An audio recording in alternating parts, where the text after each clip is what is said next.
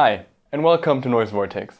Today's video is the top 15 best metal albums of 2020, as well as some honorable mentions. Throughout the year, a few times I was actually thinking how the current situation would affect the music scene or the output of the metal community, and as it actually turned out, this was a pretty good year for music. Actually, one of the best years in recent times, I would say. So put together a list of 15 albums and EPs that I want to mention here, as well as some honorable mentions that weren't quite top list material, but I still think I should talk about. So let's get started. Number 15, Also sprach Futura by Lychgate. Lychgate is a UK-based avant-garde doom and black metal band, and after 3 albums of really challenging material, this is the first EP that the band has put out.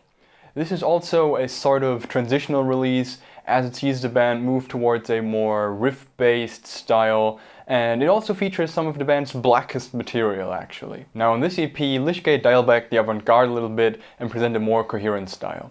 Whereas previously it could seem that the instruments in their music existed in sort of a vacuum, now they really work together. And so the band creates those grand and cinematic soundscapes that transport the theme of technological advancement and transhumanism and really dark and pessimistic sci-fi themes that after a first listen made me not want to go back to this immediately, because this really left an impact with the dark vision of the future that it presented and also the immediacy of these compositions. According to the mastermind behind the band Vortex, this EP is sort of a glimpse of what's to come, and if this is the sort of style that the band wants to pursue in the future, then I'm really excited for a new album by them. Also, if you'd like to learn more about Vortex' thoughts and process when he wrote this EP, there's an interview on the website that I had with him earlier this year that I'm going to leave a link to in the description down below. Number 14, Utgard by Enslaved. Enslaved is a long-time veteran band of the Norwegian black metal scene, Norwegian progressive black metal, and this is actually their 15th album, and on here there actually isn't that much to say about the album itself, but what really stood out about Utgard is that the band sounds more creative and inspired than they have in a long time. Because on this album the band is actually joined by 2 new members, with Håkon Vinje on keyboards and vocals and Ivar Sandoy behind the kit and also on vocals. And both of them make impressive contributions here, for example the keyboard solo on Jette Grita or the clean vocals on Sequence and Homebound. Utgard is really the most diverse album the band has delivered in quite some time, as they explore their progressive side even more, but also bring back some more straightforward black metal sections. Alright, moving on, we have number 13, Relatos de Angustia by Selbst. Selbst is a Latin American one-man black metal band, and their debut album in 2017 already created a little bit of hype in the underground, and with this album I think they definitely made another step forward. Selbst is the German word for self, and this really aligns with band mastermind N's view of this band being the attempt at the maximum realization of the self. And of course, the discordant sound on here borrows from bands like Deathspell Omega, but they channel it into a more melodic approach, and at its highest points this album has a really remarkable emotional intensity, especially on album highlights like The Depths of Selfishness. Number 12, Siu Polsara by Mitochondrial Sun. Mitochondrial Sun is the solo project of Niklas Sundin, previously of Dark Tranquillity, and he debuted earlier this year with a sort of modern classical ambient mix that I honestly wasn't too interested in, but for this album he makes a 180-degree turn and comes back with what is essentially an atmospheric black metal album. On this album it sounds sort of like a mixture between bands like Dark Space and Dark Tranquillity. Really, some of the guitars on here sound like a modern Dark Tranquillity track on black metal. The songs on here paint these icy glacial landscapes with epic soaring guitars and subtle synthesizers that really add to the textures of these songs, and sometimes there's even a buried screeching synthesizer that creates the illusion of black metal vocals on here. And while all of the songs on here are fairly short, they focus on an approach that continually develops its melodic motifs, and with this out of left field album and style and sound, I'm really looking forward to what the project is going to pump out next. Number 11 is the self-titled EP by Sørgelig. This band is one of the fiercest and most promising bands in the Greek black metal underground, and so far they've put out a number of albums, EPs and splits, as well as a 4-way split this year after this EP with more promising acts from the European black metal underground.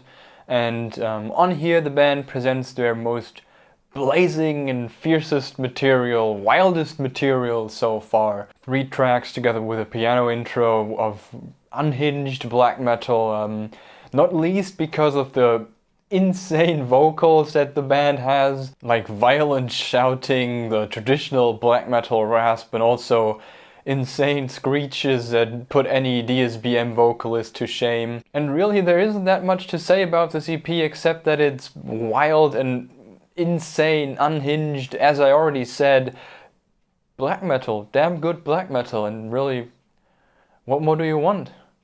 Number 10, Exit Babylon by Kunstzone. Kunstzone is an industrial metal 2-piece consisting of Alex Rice and Andy Benz.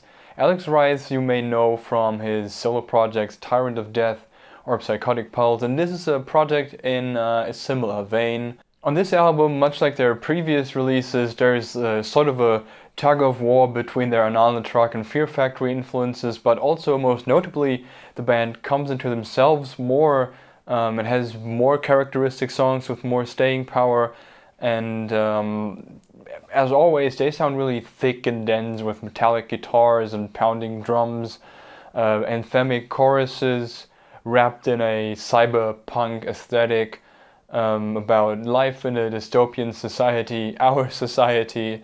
But really on here the band takes it to the next level and creates their own style that really should get them more attention than they've gotten, because they've put out a number of killer industrial metal albums and so far they are virtually unknown. So really do check them out. And continuing on, we have another underground album on number 9 with Black Blood of Stars by Forheksa. Forheksa is a side project of Fire, who you may know of his work in black metal band Fernask. And this is more of a fringe metal release, since it has more of a metal aesthetic than necessarily a metal sound.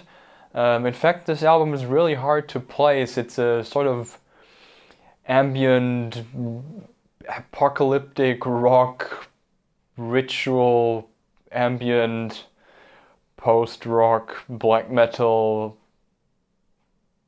creature. Black Blood of Stars is an album full of barren and vast soundscapes, especially on the opening track on here with the sort of polyrhythmic hi-hat play and the syncopated guitars and the vocals that ominously whisper of ages of torment, and that song breaks into a sort of ebb and flow that is present on the entire album that creates a very unusual sense of urgency and underlying tension. And the vocal performances on here are really a highlight, with sort of spoken word passages and whispering and lamenting clean vocals. It's really an abyssal album full of funeral dirges and dark and cosmic imagery that serves as sort of a metaphor for the self, and also a lot of piercing hearts and stabbing skin, sort of very dark and unique album that I think deserves more attention. Next up on number 8 we have Volume 3 by Obsidian Tongue. This is a black metal duo from the US, which was founded by Brendan Hayter of Frost on Blood and also ex-Woods of Ypres. And on this album the band welcomes a new drummer in the form of Raymond Capizzo of Falls of Rauros, and Obsidian Tongue's style is really in that sort of Cascadian black metal vein. You know, Wolves in the Throne Room, Falls of Rauros, Agaloch, you know the names. I was aware of this project previously, but this album is what really drew me into them, because on here the band features some monumental, sprawling compositions, and while many bands attempt these sort of 10-15 minute songs, Obsidian Tongue do it really well on here. They have a good feeling for the right balance between the black metal and the more progressive atmospheric sections, And the drumming out here is really outstanding with this tight and compact kit sound, and really just an all-around very competently crafted album that stands out from the Cascadian black metal scene. Number 7 is The Marynchian Slumber by Somniate, and this is the debut album by this Czech black metal band. Mainly 3 things about this album that make it stand out to me, and the first is that it has this foundation of high intensity, technical and melodic black metal. Secondly, there's this aspiration to create art more so than just music, with the concept about Gustav Meiring's book, The Golem. And thirdly, this album is very well produced, as it came from BST of ex-Aosoth, Order of Apollyon, who is proven to be really sort of authority when it comes to black metal album production. So short and sweet, very great black metal debut, check it out, I'm hoping for more from this band. Number 6, Eden in Reverse by Hail Spirit Noir. This is a Greek psychedelic black metal band, and over the years they have progressed to sort of phase out the black metal elements more and more and arrived at this sort of progressive rock and metal fusion. And on this album they present a cinematic, retro-futuristic version of this sound that is heavily on very diverse synthesizers and winding, hypnotizing compositions. And one of the special highlights on here is Centerpiece Crossroads, which features Lars Nedland of Solefald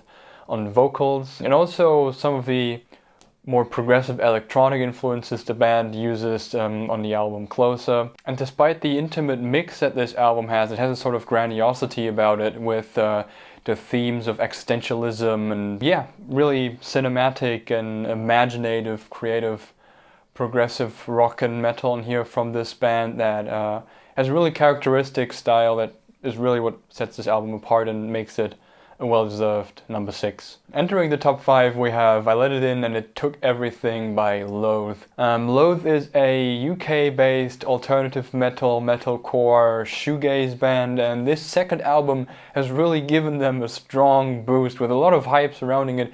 And while the band is often called Deftones worship on here, as someone with little attachment to Deftones music, I have to say I prefer this. While the metalcore sections on here are crushing and dense with metallic guitars that remind me of Car Bomb actually, the real highlight on this album are the alternative metal sections with their nostalgic and catchy sound. And for the most part the album is split pretty clearly into these 2 sides, metalcore side with songs like Broken Vision Rhythm, Red Room or New Faces in the Dark, and the alternative metal side with songs like Is It Really You, Screaming or Two-Way Mirror. And while those tracks are highlights of their own, the songs like the title track on here that combine these 2 sides of the band more are really where the potential lies for them in the future, I think. Number 4, The Encounter by Intercepting Pattern. This is the debut album by German progressive metal and jazz fusion outfit Intercepting Pattern, featuring members like Lille Gruber of Defeated Sanity and also some members of Cerebric Turmoil. On this album the band attempts a masterclass of songwriting with one long 30-minute composition. There have been albums like this before in metal, like Desper Omega's Chain the Kaatayra, Gorgod's Pleiades Dust or Meshuggah's Eye. And the latter has really been a noticeable influence on the band here, especially when it comes to the solo play. With The Encounter, the band explores a concept of conspiracy theories and extraterrestrial life woven into this really diverse composition that moves between synthesizer-driven cinematic interludes and crushing progressive metal sections, and also jazz explorations. And the real highlight on here is where everything comes together on songs like Signal to Noise or Rebiogenesis. Overall, this is a stunning debut and I really want to see where this project goes next. Alright, entering the top 3, this is where it gets really interesting. And on number 3, we have Introvertere by Gorrch. Gorrch is an Italian 2-piece black metal band featuring one member of Lorn, the Italian avant-garde black metal band, not the electronic producer. And going by the credits, this is the project of 2 brothers, both of which are absolute machines on their instruments. This EP is 16 minutes of black metal bliss with technical, melodic black metal with a warm and organic sound that is just unrelenting and powerful. The soaring guitars, the discordant, recursive riffs, everything on here is just full of power, passion, and energy. And of course, this band borrows from bands like Deathspell Omega. There's no doubt about that. But also, they put their own spin on this sort of technical, discordant black metal sound. And really, I don't want to reduce projects like this down to their influences, because this is the type of black metal that we need more of and that I want to hear more of. And really, one of my highlights in this year, number 3, Intercepting by Gorrch. Number 2, Schöpfungswut by Porta Nigra. Porta Nigra is a German two-piece avant-garde black metal band, and this is their 3rd album. Previous albums were of a sort of martial and industrial kind, and dealt with historical themes like World War I and the fin de siècle. And on this album, the band wanted to pay tribute to 90s European black metal. However, they still ended up creating something totally unique and their very own with this album. And while themes of decadence and the insolence of humanity were always present in their music, this puts them into a much grander context. Schöpfungswut is actually a compound word of the German words for creation and fury, and on here it has a double meaning, one being a sort of agitated state of creating, and the other being the fury of God's creation, mankind, towards its creator. For this, the band borrows from mythology and theology and creates a journey of how mankind arrogantly defies its creator despite being weak and flawed, and how knowledge gave us awareness but also cast us into sin, and as we're banished from paradise we struggle with the human condition, and finally reconciliation is found. While the band was originally a duo, they recruited some more talent for this album, namely with Tongue of Chaos Invocation, who supplies vocals for this and is also now a permanent member of the band, and Tentakel P of now defunct Todgelichter, who supplies synthesizers. What they created together is an album full of epic, theatrical, grandiose, energetic black metal with fiery guitar solos, memorable melodies, and a very diverse and powerful layered vocal performance. This album has some intensely emotional and visceral tracks like the album opener or Centerpiece, Die Entweihung der Freya, and it could have very well been my album of the year as well, as I enjoyed it very consistently throughout the year, but I'll get to why I put another album in the number 1 spot next. Alright, number 1, the album of the year.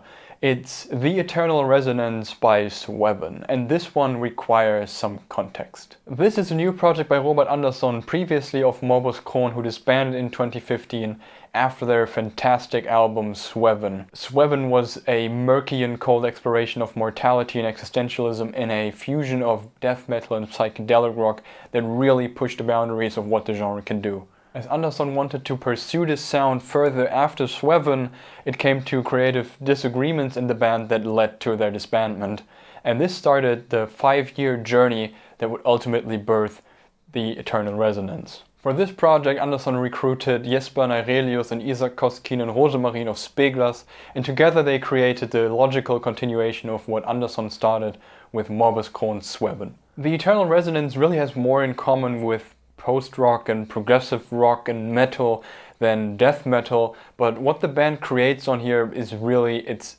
absolutely own sound. And what really sets this album apart is the emotional depth of this album. Despite the songs largely being so gentle, every note is so heavy with emotion, and this album oozes this moody and passionate atmosphere. The fantastic interplay between the band members on here creates textures with rich melodies that lead through the expert level songwriting, especially on the opening duo of tracks, The Spark and By Virtue of a Promise. The latter especially is such a highlight on this album, as it creates so much out of seemingly so little, and you can really tell how hard it was for Andersson to give form to these songs, and also in his vocal performance how much this genuinely means to him. And also on the final track, Sanctum Sanctorum, with its exhilarating climbs and the choirs that see us off as the album comes to a close. Anderson employs a really diverse ensemble of instruments on this album. In addition to the standard guitars and drums,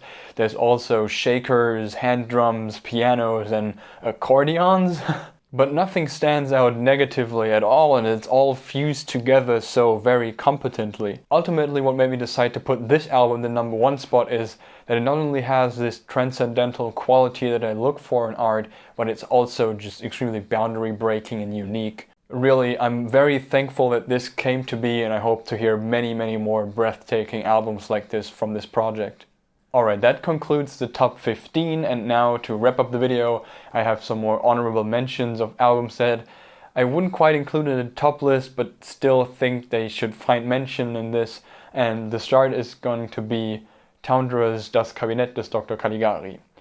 This album is a soundtrack to the classic of German expressionist cinema, Das Kabinett des Dr. Caligari, and it's intended as a soundtrack to commemorate the 100th anniversary of the movie.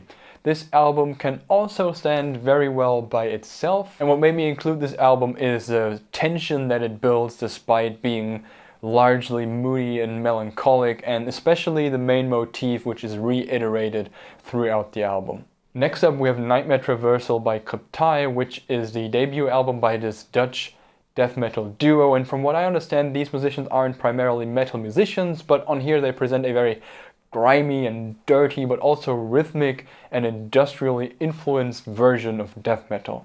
What makes me include this album is the potential that I see in this type of sound, especially on tracks like Cryptic Passage, and I'm interested to see where the band goes from here. Next up we have Shadow Burn by Dessiderium, the solo project of Alex Haddad of Nulling Roots.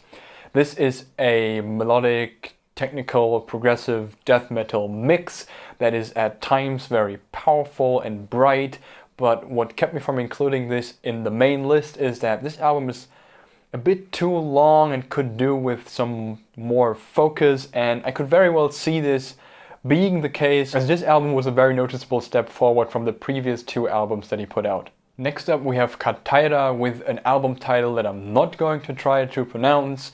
This is a Brazilian one-man black metal band that presents a fusion of black metal and Brazilian folk music, and what really makes this album stand out is that it is practically an acoustic black metal album. This is a sort of novelty sound that has been present here and there in the genre, and this album is a very competent vision of it with its warm, organic and tropical sound, and I'd really like to hear more of that, and that's it. Great album, check it out. Another one, Shards of Humanity with Cold Logic. This is the second album by this US death thrash band, and good death thrash albums have kind of become a rarity, it feels, and so I want to give some attention to this really solidly and competently put together brutal sci-fi themed death thrash album. Next up we have War Afgrund by Walk Through Fire, which is a miserable fusion of sludge metal and funeral doom, like an excruciatingly slow and bleak neurosis. This album is absolutely crushing. What made me include this is that it does something to set itself apart and to stop itself from becoming a chore like many Doom albums, by including subtle synth work and also great ideas like the saxophone solo on Vega Mot Slutet here. It has a wonderful presence on this album and it's really something I'd like to hear more of. And the last one, Havukruunu's third album with a title I'm also not going to try to pronounce. This band is a mainstay of Finnish pagan black metal, and the opening of the year award goes to this with its anthemic and overpowering choirs, and overall the album is just full of fiery and passionate pagan black metal that is a definite step forward from the band's previous releases, and really a project to keep an eye on. I'm excited to see what they're going to do from here. Alright, that's it from me. This was the top 15 metal albums of 2020, including honorable mentions. Please let me know in the comments what you thought about these albums, what was your album of the year, what did you think about music in this year, or really just in general, you know. I hope you guys had a great holiday season, or as good as it could be in these times.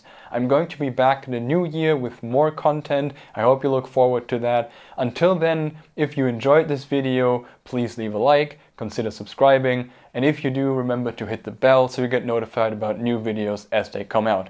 Thank you for watching, have a good one, and I'll see you in 2021.